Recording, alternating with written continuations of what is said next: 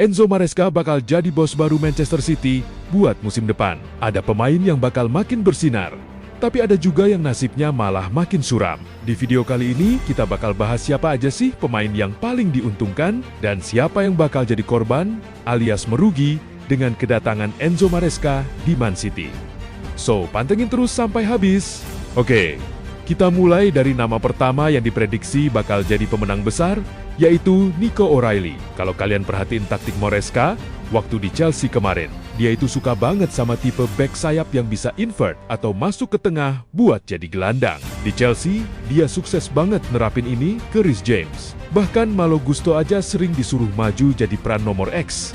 Nah, kalau strategi ini dibawa ke Man City, Maresca dijamin bakal jatuh cinta sama Nico O'Reilly. Kenapa? Karena O'Reilly ini aslinya emang seorang gelandang sebelum akhirnya disulap jadi bek kiri sama Pep Guardiola. Jadi, dia punya atribut yang lengkap.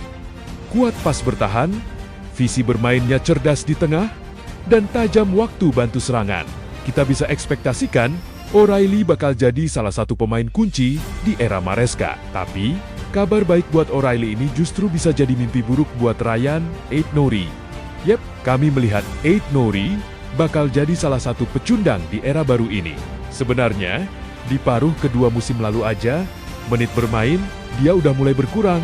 Kalau pelatih baru datang dan malah makin sering masang O'Reilly di depan dia, Aït-Nouri bisa jadi bakal hilang kesabaran. Nggak menutup kemungkinan, dia bakal mulai gerah dan minta hengkang dari klub. Ngomong-ngomong soal hengkang, ada satu pemain yang kemungkinan cabut bahkan sebelum musim baru dimulai. Siapa lagi? Kalau bukan Xavi, agak susah sih nyebut dia sebagai pecundang di rezim Maresca. Karena masalahnya, dia mungkin gak akan jadi bagian dari rencana itu sama sekali. Performa dan nilainya di skuad Man City terus merosot dari tahun ke tahun. Apalagi di City sekarang numpuk banget talenta menyerang. Agak sulit melihat gimana cara Maresca masukin dia ke dalam taktiknya. Bahkan, rumornya Xavinho udah santer dikaitkan dengan Tottenham Hotspur. Dan sejauh ini, Maresca adem ayem aja, nggak ada niat buat nahan dia. Logikanya, kalau Maresca ngerasa Xavinho cocok buat sistemnya, dia pasti bakal berjuang mati-matian buat mempertahankan si pemain. Sama kayak yang dia lakuin ke Joško Gvardiol. Nah, bek asal Kroasia ini sempat kencang banget dirumorkan bakal cabut dari Etihad musim panas ini.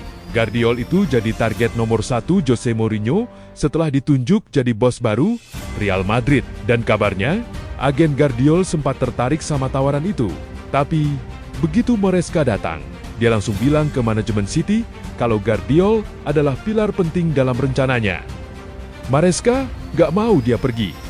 Efeknya, City langsung menyodorkan kontrak baru jangka panjang sampai tahun 2031 dengan nilai yang lebih menggiurkan. Jadi, karena Maresca udah pasang badan buat dia, jelas dong, Gvardiol adalah salah satu pemenang utama di era baru ini. Dia dipastikan bakal main reguler. Nah, kalau Gvardiol dan Nico O'Reilly diproyeksikan main reguler, otomatis Gvardiol kemungkinan besar bakal digeser jadi bek tengah kan? Efek dominonya, bakal ada bek tengah lain yang tersingkir.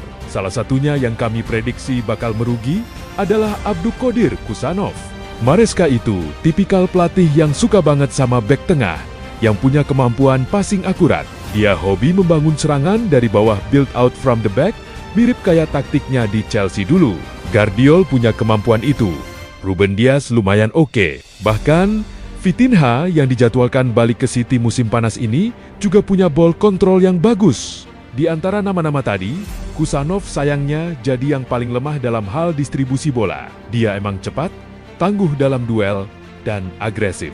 Tapi, dia kadang suka ceroboh, gampang dapat kartu, dan bikin blunder. Makanya, bek internasional Uzbekistan ini kemungkinan besar bakal akrab sama bangku cadangan. Maresca tampaknya bakal lebih milih duet Ruben Dias dan Gvardiol. Nasib apes yang sama juga kemungkinan menimpa Tijani Reinders. Sejak pindah dari AC Milan, start dia di City emang agak kurang mulus dan udah mulai sering dicadangkan sama Pep. Sekarang situasi makin sulit buat dia setelah klub mendatangkan Elliot Anderson dengan nilai transfer yang fantastis. Maresca adalah salah satu pendukung utama perekrutan Anderson. Jadi, udah pasti dia bakal sering dimainin. Kemungkinan besar kita bakal melihat duet Rodri dan Elliot Anderson sebagai jangkar di lini tengah. Man City mirip kayak duet Moises Caicedo dan Enzo Fernandez waktu di Chelsea dulu. Ditambah Nico O'Reilly yang masuk ke tengah saat menyerang. Maresca jadi punya ruang buat masang gelandang serang murni yang agresif kayak Cole Palmer. Oke, lanjut lagi. Siapa gelandang serang nomor 10 yang bakal diuntungkan? Kemungkinan besar dia adalah Phil Foden. Maresca punya hubungan yang dekat banget sama Foden sejak zaman dia jadi asisten pelatih Pep Guardiola dulu. Dia udah sering banget ngeliat dari dekat kehebatan pemain asal Inggris ini. Setelah musim lalu yang penuh drama dan bikin Foden kehilangan tempat di skuad Piala Dunia, kedatangan wajah familiar kayak Maresca pasti jadi angin segar banget buat dia. Foden bakal punya harapan baru kalau pelatih yang udah tahu betul kemampuannya ini bakal berani bertaruh buat dia di musim depan.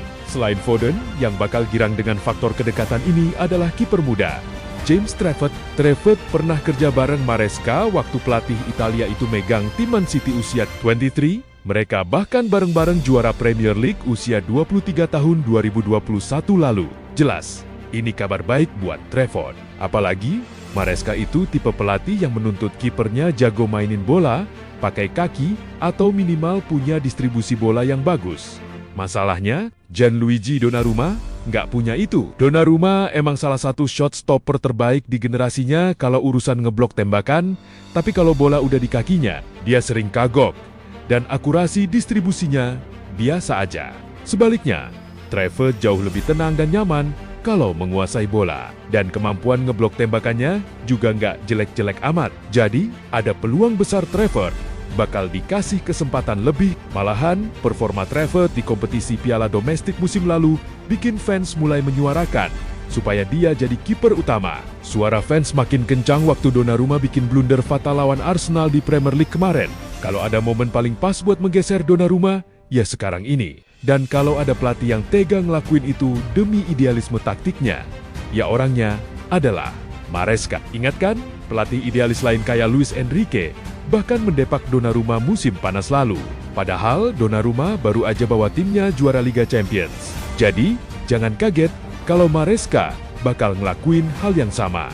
Di sisi lain, pemain muda kayak Max Allen dan Rico Lewis tampaknya harus siap-siap jadi pecundang di era Maresca. Pep Guardiola mungkin punya ikatan emosional sama mereka karena Pep yang nyari dan ngepromosiin mereka dari akademi. Tapi Maresca, dia nggak punya ikatan itu. Dia nggak bakal ragu buat nyoret mereka dari tim utama. Mereka masih terlalu muda. Maresca emang nggak anti pemain muda, tapi dia nggak mau skuadnya terlalu overkapasitas sama pemain yang minim pengalaman. Salah satu alasan kenapa dia sempat bersih tegang sama pemilik Chelsea dulu adalah karena dia minta dibelikan pemain berpengalaman, tapi ditolak. Maresca pengen kombinasi yang seimbang antara pemain muda dan senior. Jadi, pemain muda yang dinilai belum siap memberikan kontribusi instan bakal gampang didepak. Nah, karena alasan pengalaman itu juga, Mateo Kovacic diprediksi bakal jadi salah satu pemenang tersembunyi. Keinginan Maresca akan figur berpengalaman bisa bikin Kovacic dipertahankan di skuad. Dia emang mungkin gak bakal jadi starter terus-menerus, tapi dia bakal dapat menit bermain yang krusial. Performa Kovacic di akhir musim lalu dan penampilannya bareng Kroasia di Piala Dunia kemarin nunjukin kalau bensinnya belum habis, dia masih punya value tinggi yang bisa dimanfaatin sama Maresca. Terakhir, pemenang besar lainnya adalah Rodri. Tapi ini bukan soal menit bermain ya. Dalam 2 tahun terakhir, Rodri ini berjuang keras melawan cedera yang ngeganggu performa dan konsistensinya. Waktu di Chelsea, Maresca terbukti pinter banget memanajeri cedera pemain dan ngebantu mereka pulih sampai ke level terbaiknya. Sejak 2024, cedera ini emang nahan Rodri buat mencapai potensi maksimalnya. Jadi, di bawah penanganan Maresca, kita bisa berharap Rodri bakal balik ke performa monsternya lagi. Nah, itu tadi, deretan pemain Manchester City yang diprediksi bakal jadi pemenang dan pecundang di bawah asuhan Enzo Maresca. Kalau menurut kalian gimana? Setuju nggak sama analisis tadi? Atau ada nama pemain Man City lain yang menurut kalian bakal bersinar atau malah meredup? Tulis pendapat kalian di kolom komentar di bawah beserta alasannya. Ya, kalau kalian suka sama video ini, jangan lupa klik tombol like, share, dan pastinya subscribe ke channel ini.